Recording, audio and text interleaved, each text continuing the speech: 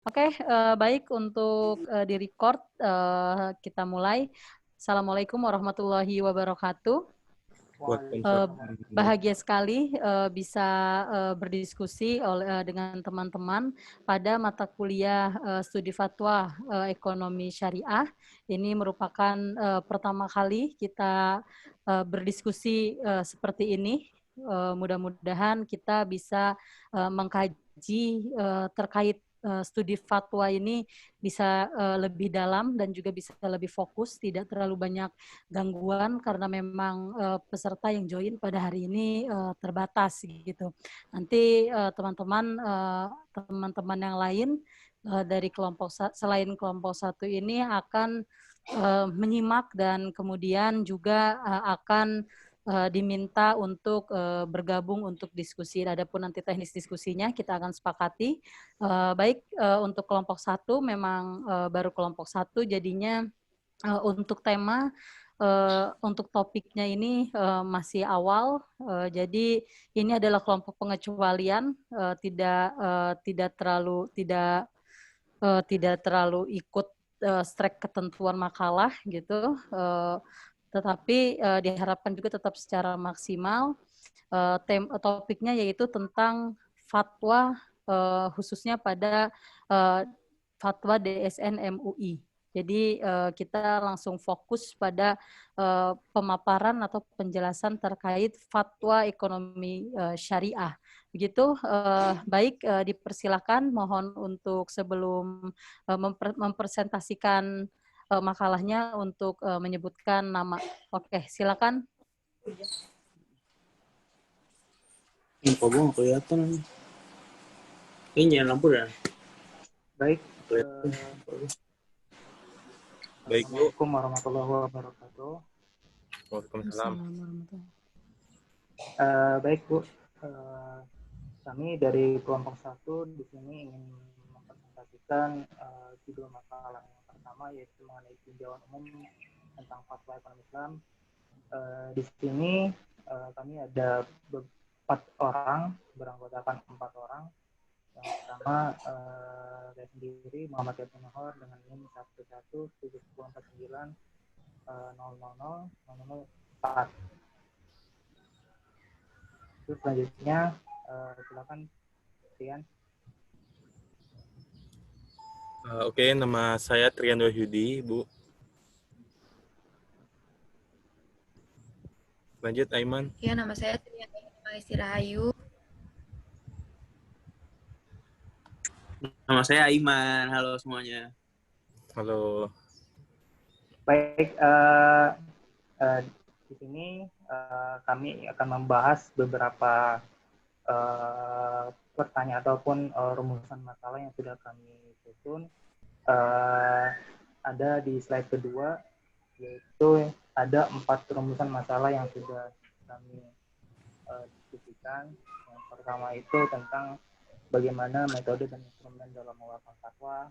Kemudian yang kedua, bagaimana parameter atau dua bit dalam memberikan fatwa. Terus yang ketiga, bagaimana etika mengeluarkan fatwa. Dan yang keempat, tentang perbedaan fatwa, opini syariah, pernyataan kesesuaian syariah, dan juga pernyataan keselarasan dan pendapat dalam konteks keindonesiaan.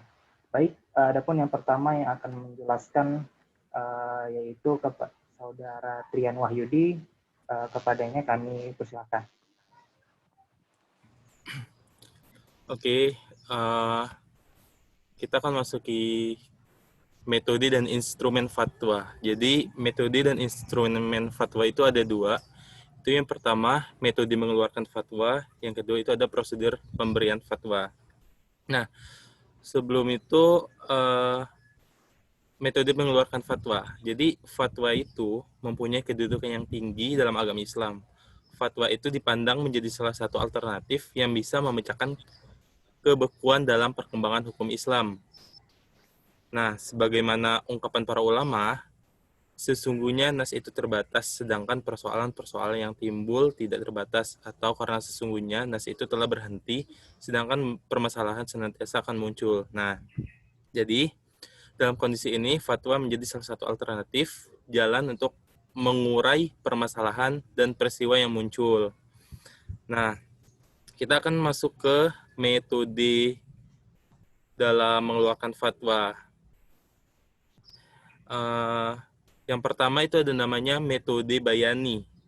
Yang kedua ada namanya metode taklili. Yang ketiga ada namanya metode istislahi. Nah, apa itu metode bayani? Metode bayani itu metode yang digunakan untuk menjelaskan teks Al-Quran dan As-Sunnah dalam menetapkan hukum dengan menggunakan analisis. Jadi menggunakan analisis, bisa analisis berdasarkan segi makna lafaz, bisa analisis berdasarkan pemakaian makna, kemudian bisa analisis berdasarkan segi terang dan samanya makna, dan analisa berdasarkan segi penunjukan lafaz dan makna menurut maksud pencipta nas. Nah, yang kedua itu ada namanya metode taklili. Apa itu metode taklili? Metode ini sering digunakan untuk menggali dan menetapkan hukum terhadap suatu kejadian yang tidak ditemukan dalilnya secara tersurat. Kemudian yang ketiga itu ada namanya metode istislahi. Nah, metode ini digunakan untuk menggali, menemukan, dan merumuskan hukum syara dan cara menerapkan hukum kulili untuk peristiwa yang tertentu. Nah, yang kedua itu ada namanya prosedur pemberian fatwa. Ada 8 berdasarkan peraturan organisasi MUI tentang pedoman penetapan fatwa MUI. Yang pertama itu, sebelum ditetapkannya fatwa, MUI melakukan kajian komprehensif guna memperoleh deskripsi tentang masalah yang sedang dipantau. Yang kedua itu menelusuri kembali dan menelaah pandangan ahli fikih di masa lalu. Nah, pendapat para imam, mazhab, dan ulama yang muktabar telah atas fatwa terkait, mencari pandangan-pandangan para ahli fikih terkait masalah yang akan difatwakan. Kemudian yang ketiga itu menugaskan anggota komisi fatwa dan ahli yang memiliki kompetisi di bidang masalah yang akan difatwakan. Misalnya, jika yang dibahas penting, pembahasan bisa melibatkan beberapa komisi. Jadi misalnya itu keagamaan MUI, sikap keagamaan MUI dalam kasus Ahok yang kemarin. Ahok diputuskan bukan hanya komisi fatwa sehingga kedudukannya pun lebih tinggi dari fatwa. Kemudian keempat, jika telah jelas hukum dan dalilnya, maka komisi fatwa akan menetapkan fatwa dengan menyampaikan hukum sebagaimana apa adanya. Yang kelima, mendiskusikan dan mencari titik temu jika ternyata ada perdebatan. Jika ada perdebatan, maka akan dicari sampai titik temunya. Nah, yang keenam,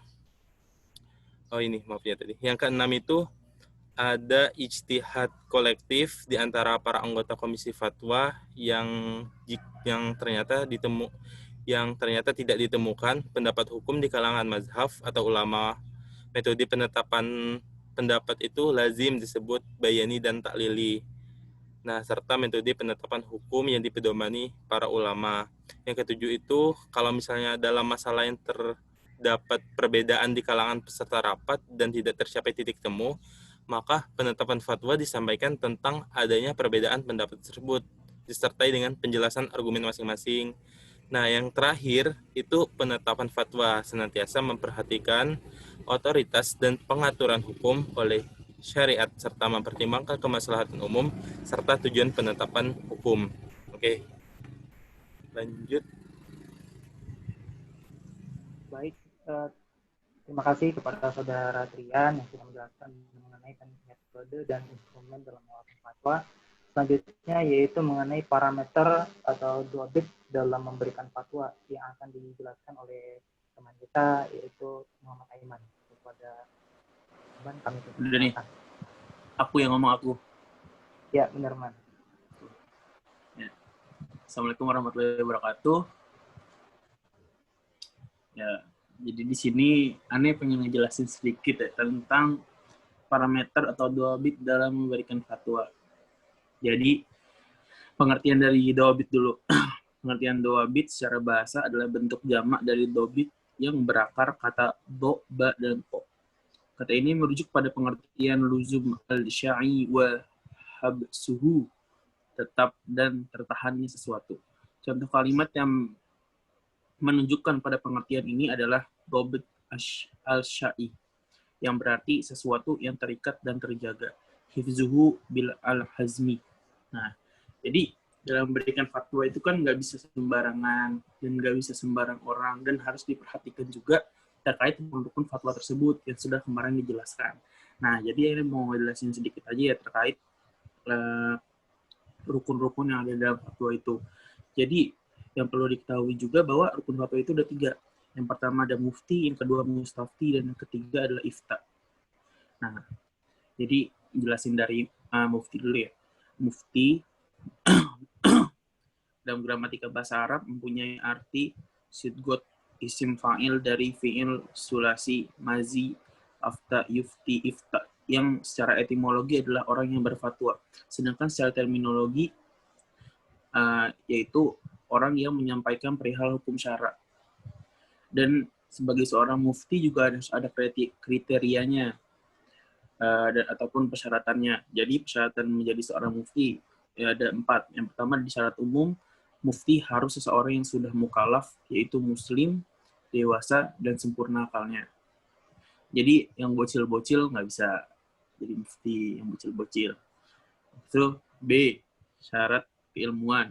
Mufti harus mempunyai keahlian dan kemampuan untuk melakukan ijtihad seperti pengetahuan bahasa, pengetahuan Al-Quran dan Sunnah Nabi, ijma, pengetahuan usul fikih, dan tujuan hukum. Jadi nggak bisa sembarang orang. Jadi harus yang mempunyai pengetahuan dalam bidang-bidang yang Anda sebutin tadi. Terus yang ketiga ada syarat kepribadian. Mufti harus adil, dapat dipercaya, dan mempunyai moralitas. Syarat ini harus dimiliki seorang mufti karena secara langsung mufti akan menjadi panutan masyarakat. Jadi nggak bisa orang sembarangan ya. Jadi harus dia menjadi panutan juga, baik itu dalam beribadahnya, dalam pengimplementasiannya dalam kehidupan, itu juga harus jadi panutan masyarakat. Sudi, syarat pelengkap. Mufti harus mempunyai keteguhan niat, tenang jiwanya, hasil fatwanya tidak membingungkan atau menimbulkan kontroversi dan dikenal di tengah umat. Jadi rata-rata yang terakhir nih syarat pelengkapnya, hasil dari yang dia jawab atau fatwanya itu nggak boleh membingungkan masyarakat luas atau menjadi kontroversi, dan harus dikenal di masyarakat, di tengah umat. Terus yang kedua, ini mau jelasin terkait mustafti. Mustafti menurut bahasa berasal dari kata istafta, yastafti, istiftaan, fatwa mustaftin, bahwa mustaftin. Dari wazan istaf'ala, yastaf'ilu, istif'alan, fahuwa mustaf'ilun, yang artinya orang yang meminta fatwa. Menurut istilah mustafti adalah orang yang tidak mempunyai suatu pengetahuan tentang hukum syara, baik secara sebagian maupun keseluruhan. Yang ketiga ada ifta. Ifta secara arti kata ifta berarti memberi penjelasan. Itu ulama memberikan definisi kepada ifta itu dengan usaha memberikan penjelasan hukum oleh ahlinya kepada orang yang belum mengetahuinya. Dari sini dapat dipahami bahwa yang dimaksud dengan ifta ialah kegiatan menerangkan hukum syara sebagai jawaban atas dasar pertanyaan yang diajukan. Kata fatwa kemudian disebut dalam istilah bahasa Indonesia sepadan dengan kata ifta, yang berakar dari kata afta, berarti memberikan penjelasan suatu masalah. Sedangkan dalam terminologi, ulama Hanafi mendefinisikan ifta adalah menjelaskan hukum terhadap suatu permasalahan, dan dalam pandangan ulama Maliki, ifta adalah menginformasikan tentang suatu hukum syariat dengan cara yang tidak mengikat. Nah, terus dalam hakikat ifta sendiri ada beberapa hakikatnya. Ada 4, antara lain yang pertama, bahwa ia adalah usaha yang memberikan penjelasan. Yang kedua, yang dijelaskan itu adalah tentang hukum syara yang diperoleh melalui proses ijtihad. Yang ketiga, penjelasan itu diberikan oleh orang yang mempunyai ilmu tentang hukum syara dan mujtahid.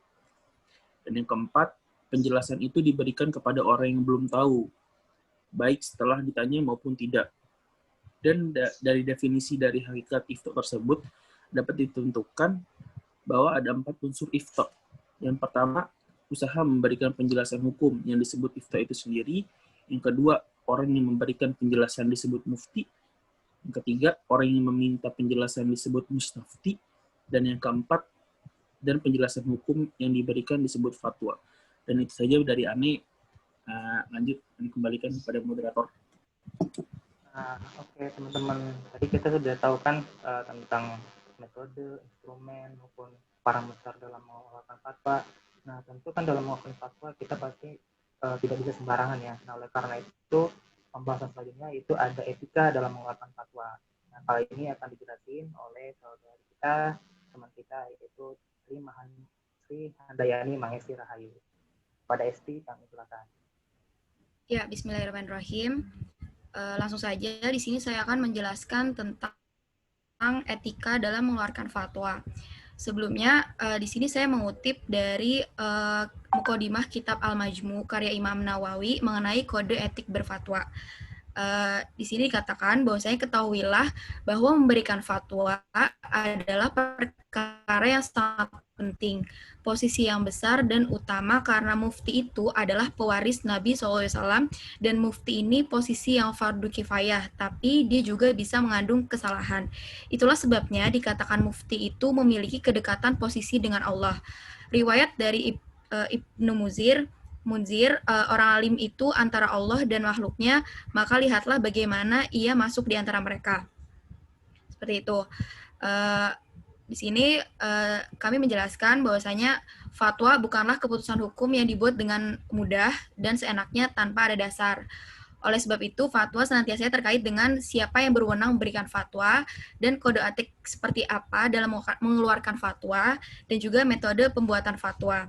Tidak dapat dipungkiri, peran fatwa cukup signifikan dalam memahamkan doktrin agama kepada masyarakat.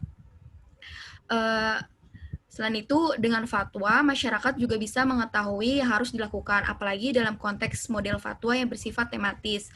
Jadi di sini, dalam perkembangannya, fatwa telah menjadi penengah antara masyarakat dan agama. Bahkan masyarakat jauh lebih dekat dengan fatwa ketimbang agama itu sendiri. Selanjutnya, di sini dalam makalah kami menjelaskan ada 3 etika berfatwa dalam hukum Islam. Yang pertama itu mempertimbangkan tradisi dari mustafti atau orang yang menanyakan tentang fatwa. Jadi di sini mufti harus mempertimbangkan tradisi para mustafti. Para ulama terdahulu mengingatkan bahwa dalam berfatwa seorang mufti tidak boleh terpaku pada teks-teks yang terdapat dalam kitab. Halo. Mohon maaf, slide-nya untuk ya, diperhatikan juga. Oh ya, Bu.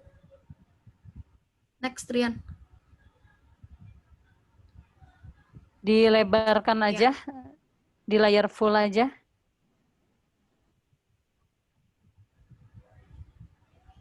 Oke. Ya, saya lanjutkan ya, Bu. Silakan. Jadi, misalkan jika ada seorang mustafti yang datang dari daerah yang berbeda tradisinya dengan mufti.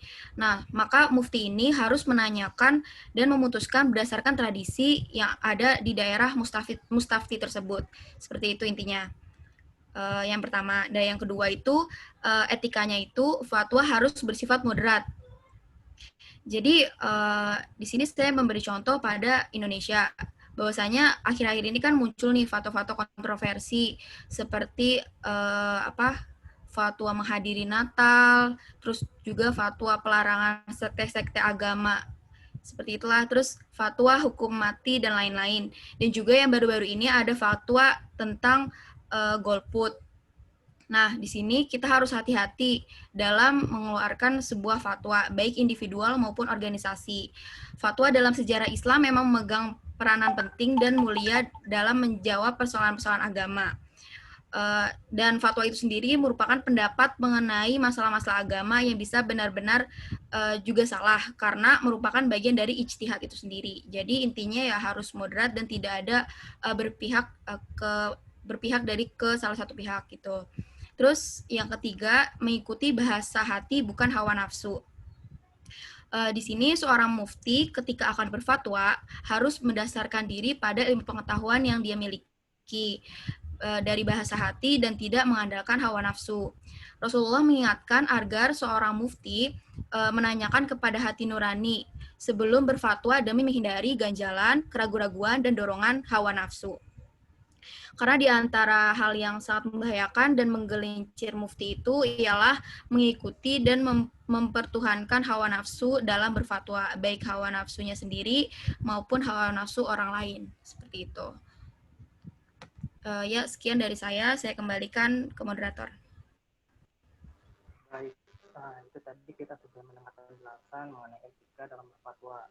Nah, selanjutnya kita bakal ngebedah nih, apa sih perbedaan fatwa, opini syariah, pernyataan kesesuaian syariah, kemudian pernyataan keselarasan syariah, dan juga pendapat dalam konteks keindonesiaan. Nah, kita pertama bahas dari segi perbedaan dulu ya. Nah, jadi perbedaan dari fatwa, opini, pernyataan kesesuaian syariah, sampai nanti ke pendapat. Nah, pertama fatwa. Suara putus-putus, Pin. Pertama kita ngebahas soal fatwa ya. Jadi pertama itu fatwa adalah sebuah istilah mengenai pendapat ataupun tafsiran pada suatu masalah yang berkaitan dengan hukum Islam. Nah, kita tahu sendiri kalau fatwa ya itu suatu permasalahan yang ditanyakan oleh seorang mufti tadi ya. Nah, fatwa itu apa namanya? Yang dimaksud itu adalah sebuah keputusan atau nasihat resmi yang diambil oleh sebuah lembaga atau perorangan yang diakui otoritasnya. Nah, Zamakhsyari itu dalam Al-Kashaf, fatwa itu diartikan sebagai suatu penjelasan hukum syariat tentang suatu masalah sebagai jawaban dari pertanyaan orang tertentu maupun tidak tertentu. Nah, yakni kepentingan pribadi ataupun kepentingan masyarakat banyak. Nah, fatwa itu ciri-ciri dari fatwa sendiri. Pertama, sebagai usaha memberikan jawaban-jawaban atas persoalan hukum yang muncul. Kedua, fatwa yang disampaikan tentang hukum syara melalui proses ijtihad. Ketiga, orang atau lembaga yang menjelaskan adalah berkapasitas dalam persoalan hukum yang ditanyakan. Terus yang terakhir, jawaban yang diberikan adalah yang belum mengetahui tentang jawabannya. Nah, kemudian apa opini syariah? Opini syariah itu secara umum adalah merupakan pendapat, ide, atau pemikiran. Nah, kemudian dari opini syariah itu sendiri sering dikeluarkan oleh Dewan Pengawas Syariah yang tugas dan wewenangnya adalah melakukan pengawasan setiap kegiatan operasional lembaga yang diawasinya. Selain itu pula, Dewan Pengawas Syariah bisa memberikan opini dari aspek syariah terhadap pelaksanaan operasional bank secara keseluruhan dan juga laporan publikasi bank. Kemudian pernyataan kesesuaian syariah. Pernyataan kesesuaian syariah kita dapat ketahui itu merupakan suatu pernyataan tertulis yang dikeluarkan oleh DSN MUI terhadap suatu efek syariah bahwa efek tersebut sudah sesuai dengan prinsip-prinsip syariah. Nah, pernyataan kesesuaian syariah ini dikeluarkan itu dengan mengacu ke berbagai fatwa yang terkait. Kemudian terdapat pula mengenai pernyataan keselarasan syariah. Apa bedanya? Pernyataan keselarasan syariah ini adalah berupa pernyataan ataupun pernyataan tertulis yang dikeluarkan oleh DSN MUI terhadap suatu produk bahwa produk tersebut sudah sesuai dengan prinsip-prinsip syariah. Nah, dalam pengertian lain, keselarasan syariah ini berupa pernyataan ataupun sebelum ditetapkan fatwa DSN MUI kepada otoritas lembaga keuangan, lembaga bisnis, lembaga perekonomian syariah yang menyatakan bahwa akad, produk, dan atau kegiatan lembaga tersebut telah sesuai dengan prinsip-prinsip syariah. Nah, terus kemudian yang terakhir ada pendapat dalam konteks keindonesiaan. Pendapat dalam konteks keindonesiaan ini merupakan pandangan dan gagasan tentang sebuah demokrasi yang dikedepankan oleh tokoh-tokoh pemikir politik Islam Indonesia yang secara prinsip mengutamakan demokrasi pluralis dengan konsep demokrasi liberal yang berkembang di Barat. Namun demikian, adopsi nilai maupun lembaga demokrasi Barat ini dilakukan dengan penambahan dan modifikasi, antara lain memasukkan nilai-nilai moral agama, sehingga dengan demikian demokrasi di Indonesia sesuai dengan budaya bangsa Indonesia. Nah, lalu apa persamaan dari kelima instrumen ini? Nah, antara fatwa, opini syariah, pernyataan kesesuaian syariah, pernyataan keselarasan syariah, dan pendapat dalam konteks keindonesiaan adalah merupakan sama-sama mengenai pernyataan ataupun pendapat mengenai suatu permasalahan ataupun konteks yang sedang dibahas ataupun ditanyakan. Hanya saja yang berbeda dari segi instrumennya dan juga hal-hal rinci lainnya. Mungkin bisa di next.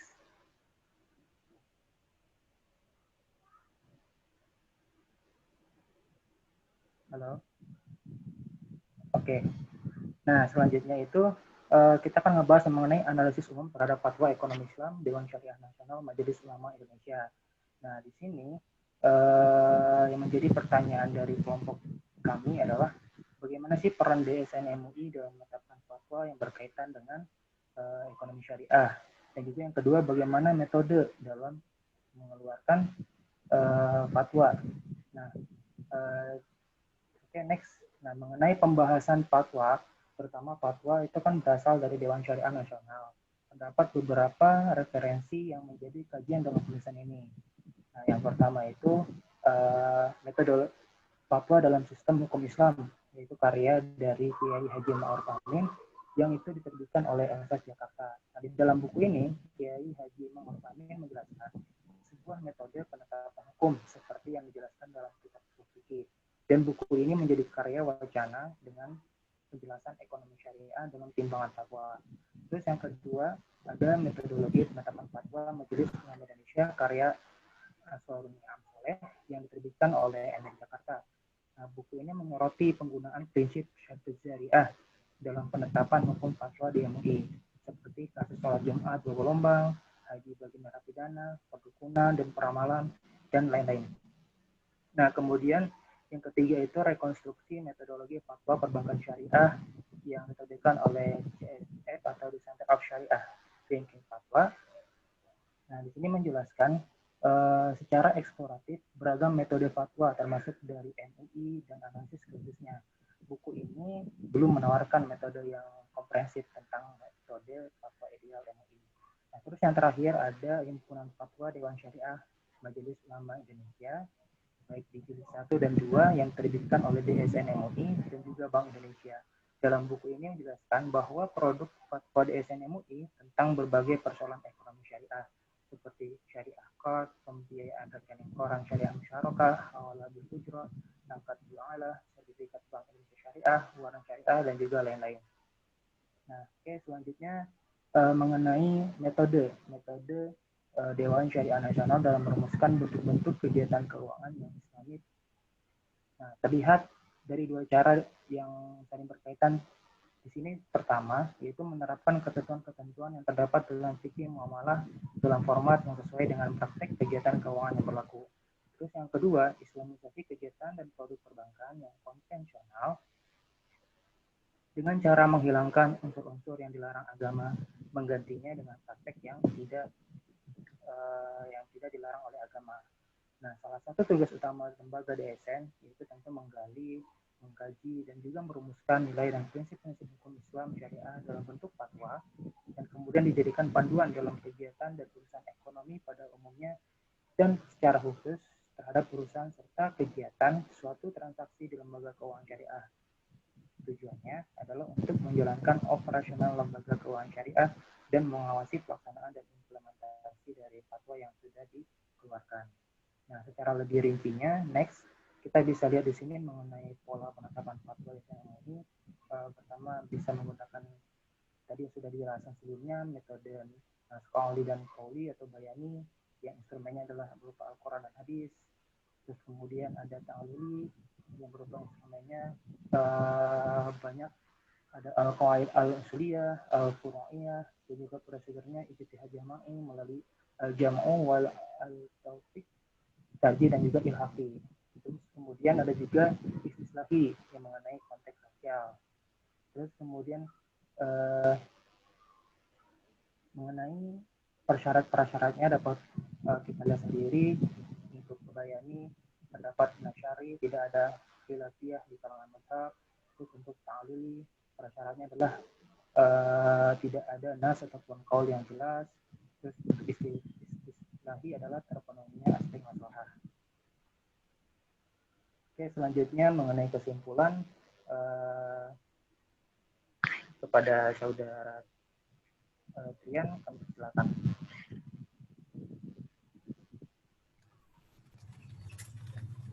Kesimpulannya.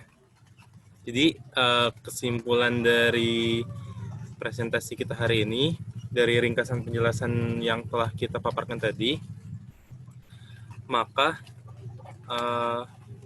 dapat disimpulkan bahwa fatwa itu memberikan sebuah hasil menjadikan aspek organik dari bangunan ekonomi syariah yang tengah ditata atau dikembangkan, sekaligus merupakan alat ukur bagi kemajuan ekonomi syariah di Indonesia.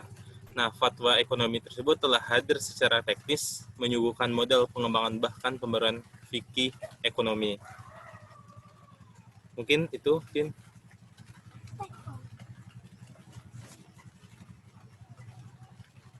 Suara Kevin nggak kedengaran.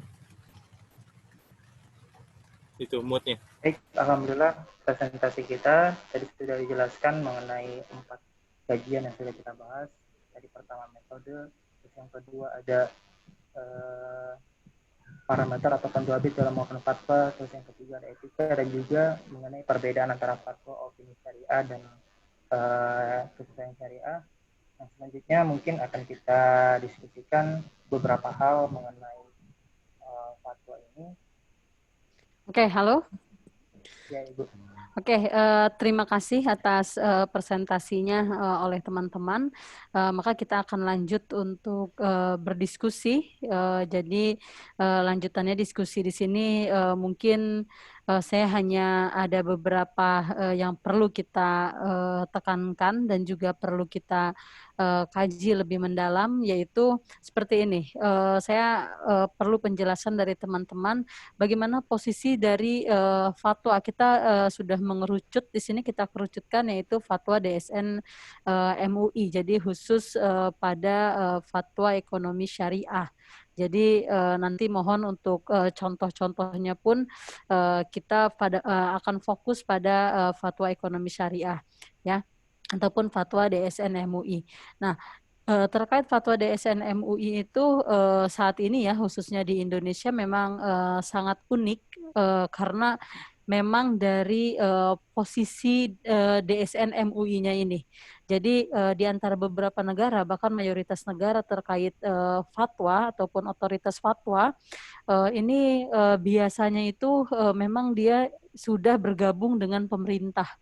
Jadi di beberapa negara fatwa tentang ekonomi syariah ini itu menyatu. Jadi di mana ketika ulama mengeluarkan fatwa maka langsung dilegalkan secara otomatis oleh negara tersebut. Nah, lain di Indonesia. Jadi karena DSN MUI ini sebagai organisasi yang independen, jadi tidak selalu sama dengan pemerintah, karena DSN MUI ini pun termasuk lembaga yang boleh pemerintah itu bertanya gitu. Jadi sifat dari keindependenan DSN MUI ini yang menjadi berbeda dengan otoritas fatwa di negara lain.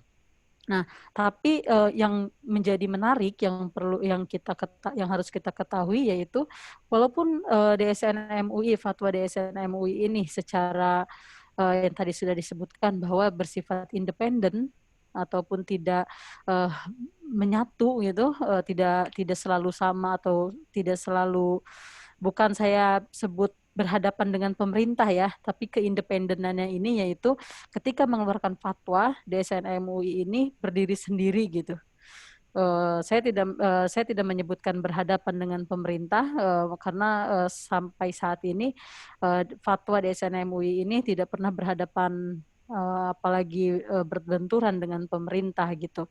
Nah, dari segi fatwa sebagai produk hukum Islam, ya, jadi memang perlu dijelaskan bagaimana kekuatan hukum dari fatwa ini. Jadi fatwa DSN MUI ini seperti apa? Karena fatwa khususnya pada ekonomi syariah ini, fatwa itu justru menjadi leader dalam suatu produk gitu. Jadi setiap ada produk baru, banyak yang justru yang berawal itu dari fatwa. Nanti setelah ada fatwa DSN MUI, maka biasanya tuh akan ada peraturan Otoritas Jasa Keuangan, peraturan Bank Indonesia, ataupun peraturan-peraturan lainnya gitu. Nah, menurut teman-teman bagaimana kekuatan hukumnya dari fatwa, karena kita semua ketahui bahwa fatwa ini secara hukum itu tidak memiliki kekuatan hukum, tetapi ketika fatwa DSN MUI ini justru menjadi sumber hukum gitu. Mohon penjelasannya. Oke, saya coba ingin menjawab ya Bu ya. Pertanyaannya tadi adalah bagaimana mengenai kekuatan hukum dari fatwa DSN MUI ini. Memang seperti yang kita ketahui kalau fatwa itu kan merupakan salah satu produk hukum Islam yang berupa opini legal formal dari seorang ataupun dari beberapa ahli hukum lainnya yang memang tidak mengikat secara hukum, namun memang lebih bersifat normatif. Nah, dalam catatan sejarah dari sejak berdirinya MUI sampai dengan sekarang memang telah banyak fatwa dan juga nasihat MUI sebagai produk pemikiran hukum Islam yang sudah terserap ke berbagai peraturan-peraturan perundang-undangan, khususnya di bidang hukum ekonomi syariah. Mungkin kita bisa lihat dulu contohnya dari beberapa peraturan yang lahir. Maaf, Kevin. Mungkin handsetnya bermasalah kali ya? Iya, halo. Nah, boleh Vin. Salah ya?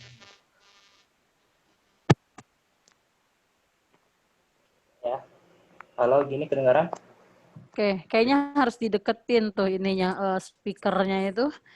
Jadi harus dipegang. Oke, baik. Nah, mungkin lebih jelas kayak gitu. Gini jelas Bu ya? Jelas. Oke. Oke, lanjut tadi. Tadi mengenai kita melihat beberapa contoh dari peraturan perundang-undangan yang lahir yang merujuk kepada beberapa fatwa. Misalnya contohnya dari Undang-Undang Nomor 7 Tahun 92 tentang perbankan, baik Undang-Undang Nomor 10 Tahun 98 tentang perubahan atas Undang-Undang Nomor 7 tadi mengenai perbankan syariah, terus Undang-Undang Nomor 40 Tahun 2007 tentang perusahaan terbatas dan juga undang-undang lainnya. Nah, kita melihat kedudukan fatwa DSN MUI ini terdapat dalam peraturan perundang-undangan. Maka fatwa DSN MUI ini bisa dikatakan merupakan perangkat atau aturan kehidupan masyarakat yang memang bersifat mengikat bagi contohnya tadi bagi Bank Indonesia misalnya sebagai regulator, itu adanya kewajiban agar materi muatan yang terkandung dalam fatwa MUI itu dapat diserap dan ditransformasikan dalam merumuskan prinsip-prinsip syariah.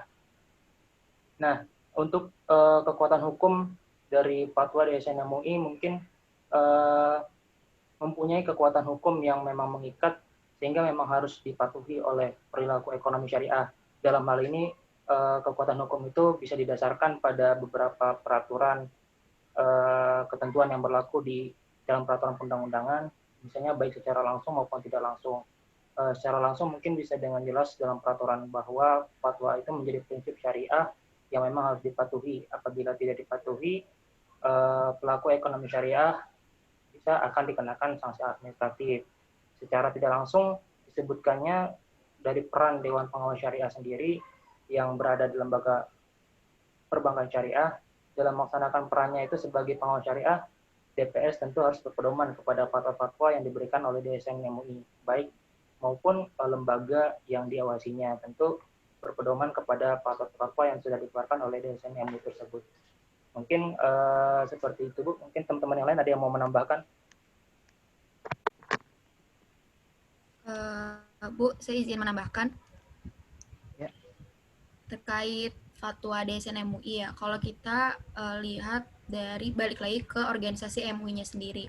Organisasi MUI sendiri ini kan organisasi yang ada di dalam masyarakat dan bukan organisasi yang ada di instansi pemerintahan negara gitu. Jadi menurut saya bukan merupakan institusi yang merepresentasikan negara itu sendiri. Jadi mereka itu hanya berkedaulatan kepada rakyat. Jadi karena hal demikian, jadi kekuatan hukum dari fatwa itu sendiri tidak mengikat bagi seluruh warga negara, namun hanya beberapa yang satu komunitas aja, misalkan kayak orang-orang yang ada di MUI itu sendiri atau kepada rakyat yang beragama Islam gitu. Jadi kalau misalkan kekuatan hukum dari fatwa itu sendiri nggak bisa mengikat ke seluruh warga Indonesia. Jadi hukumnya tidak mengikat, dan juga di fatwa itu sendiri kan juga tidak ada sanksi, dan tidak ada sanksi dan tidak ada kepatuhan yang harus ditaati gitu oleh seluruh warga negara, seperti itu. Terima kasih.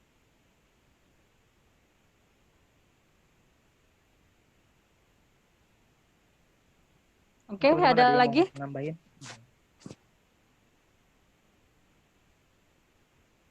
Oke, baik, cukup dari penjelasan. Jadi yang saya tangkap adalah dari fatwa, kekuatan hukum dari fatwa ini, fatwanya aja ya, kita fatwanya itu memang tidak mengikat. Tadi Kevin sudah menjelaskan bahwa fatwa DSN MUI ini menjadi mengikat karena ada undang-undang, misalnya adalah Undang-Undang 21 tahun 2008 tentang perbankan syariah. Di sana disebutkan pada pasal 1 kepada ketentuan 12 ya, ketentuan di pasal 1 di pengertiannya itu sesuai dengan prinsip syariah. Lalu prinsip syariah itu seperti apa, yaitu sesuai dengan otoritas fatwa itu. Jadi memang uniknya seperti itu.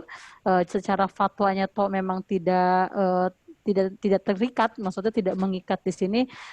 Orang yang di masyarakat ini tidak memiliki kewajiban untuk mengikuti, tetapi dalam fatwa DSN MUI ini lembaga keuangan syariah menjadi wajib hukumnya sesuai dengan fatwa, karena ada banyak undang-undang yang di sana tuh diselipkan bahwa lembaga keuangan syariah harus sesuai dengan prinsip syariah. Prinsip syariah itu harus turut dengan fatwa. Seperti itu. Baik, selanjutnya perlu juga penjelasan nih. Tadi Aiman menjelaskan bahwa terkait rukun fatwa itu ada 3 ya, ada dari 3. Nah, saya perlu penjelasan di mana posisi iskal, posisi pertanyaan, karena tadi ada hanya menjelaskan muftinya, yaitu orang yang memaparkan pemaparannya, dan juga orang yang bertanya. Nah, saya butuh nih penjelasan di mana posisi iskal ataupun bentuk pertanyaannya itu. Apakah pertanyaan ini terlewat atau seperti apa? Silakan.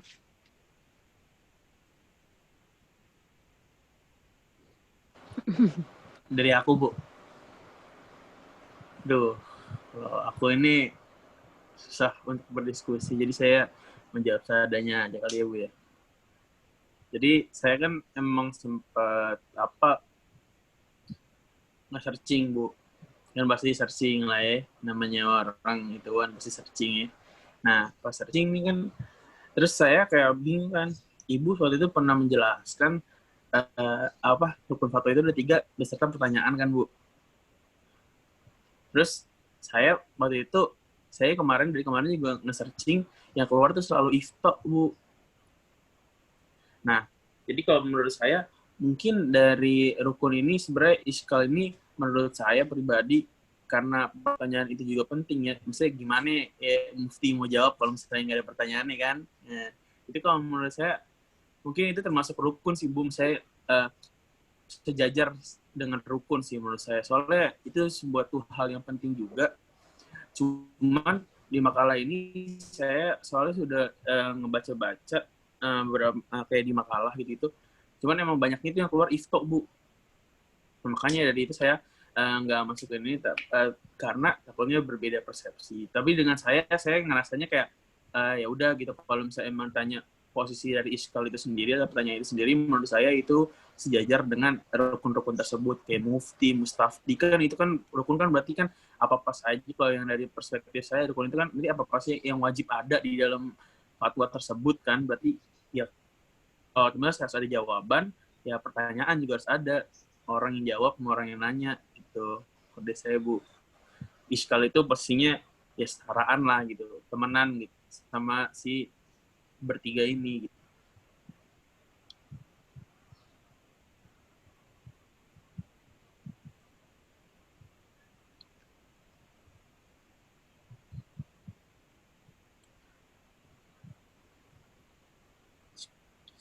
Oke, bukannya dari pemaparan yang tadi dijelaskan, itu adalah fatwa kan?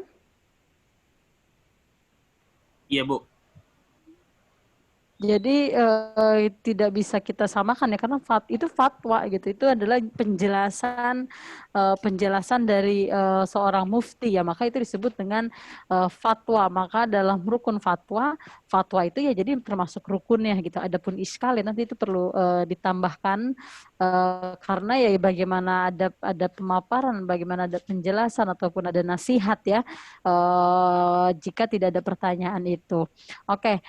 Selanjutnya terkait menurut teman-teman nih apa sih urgensi dari fatwa DSN MUI ini terhadap perkembangan lembaga keuangan syariah gitu.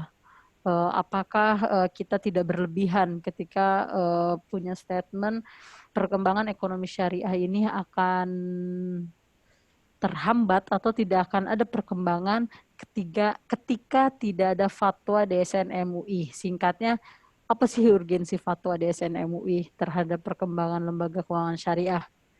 Oke, silakan.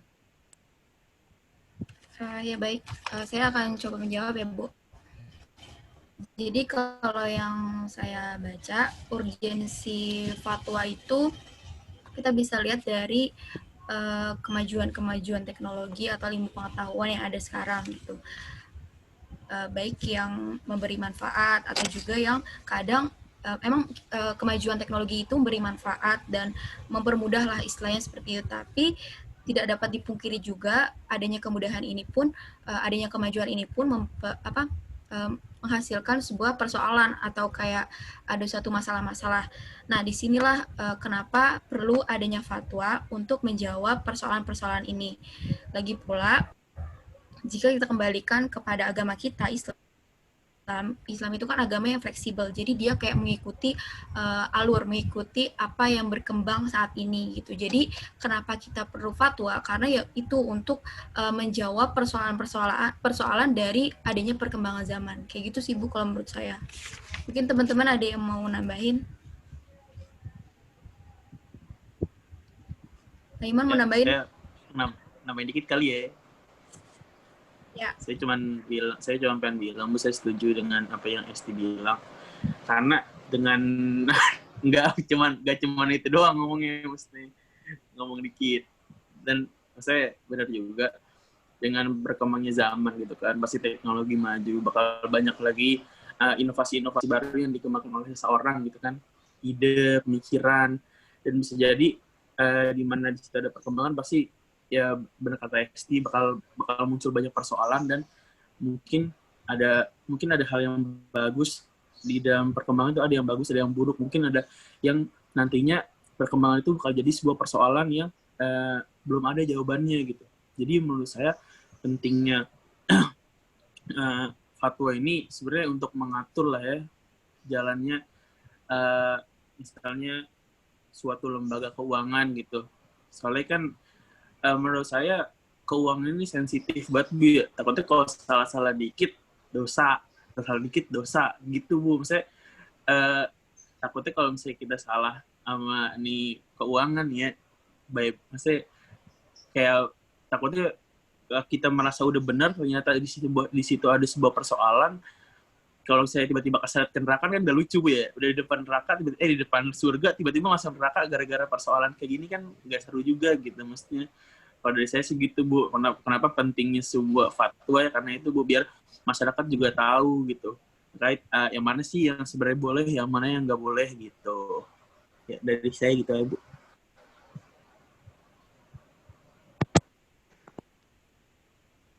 Ya, saya boleh nambahin dikit gak Bu?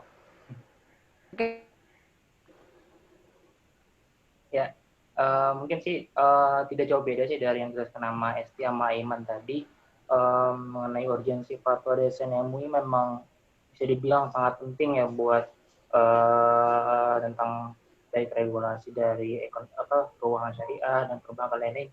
Karena memang kita tahu sendiri kalau fatwa ini kan memberikan sebuah jawaban ataupun solusi gitu terhadap problema yang dihadapi oleh baik yang orang lain, dilembagakan pribadi ataupun yang berkepentingan untuk masyarakat. Bahkan memang umat Islam sendiri dari kita sendiri memang umumnya menjadikan fatwa itu kan menjadi rujukan dalam bersikap dan juga bertingkah laku. Apalagi fatwa ini didasarkan oleh misalnya Al-Quran maupun hadis dan sumber-sumber lain yang dapat kita katakan memang menjadi patokan kita dan pedoman kita dalam menjalankan berbagai aspek di kehidupan itu. Jadi saya sih singkat gitu aja. Oke. Baik, saya butuh statement dari Trian Wahyudi sebagai penutup di sini. Jadi statementnya adalah fatwa DSN MUI adalah mendorong perkembangan lembaga keuangan syariah. Bagaimana Trian Wahyudi? Baik Bu, saya mengambil dari sumber jurnal. Ini berdasarkan penelitian. Jadi di sini juga Bank Indonesia ini mempunyai ketertarikan dengan fatwa yang dihasilkan oleh DSN MUI.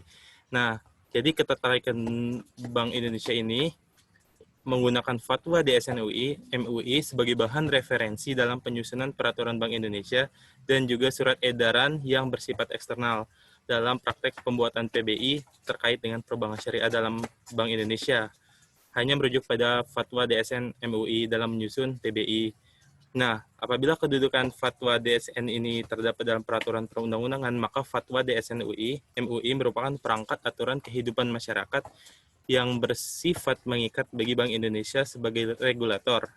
Nah, maksudnya ini, jadi kewajiban agar materi muatan yang terkandung dalam fatwa MUI dapat diterapkan dan ditransformasikan dalam merumuskan prinsip-prinsip syariah dan bidang perbankan syariah dalam ekonomi syariah yang ada di Indonesia. Jadi fatwa ini bisa diterapkan dalam perbankan yang ada di Indonesia, Bu. Nah, oleh karena itu Bank Indonesia ini juga tidak dapat membuat suatu peraturan terkait perbankan syariah yang bertentangan dengan prinsip syariah yang ditentukan oleh DSN MUI.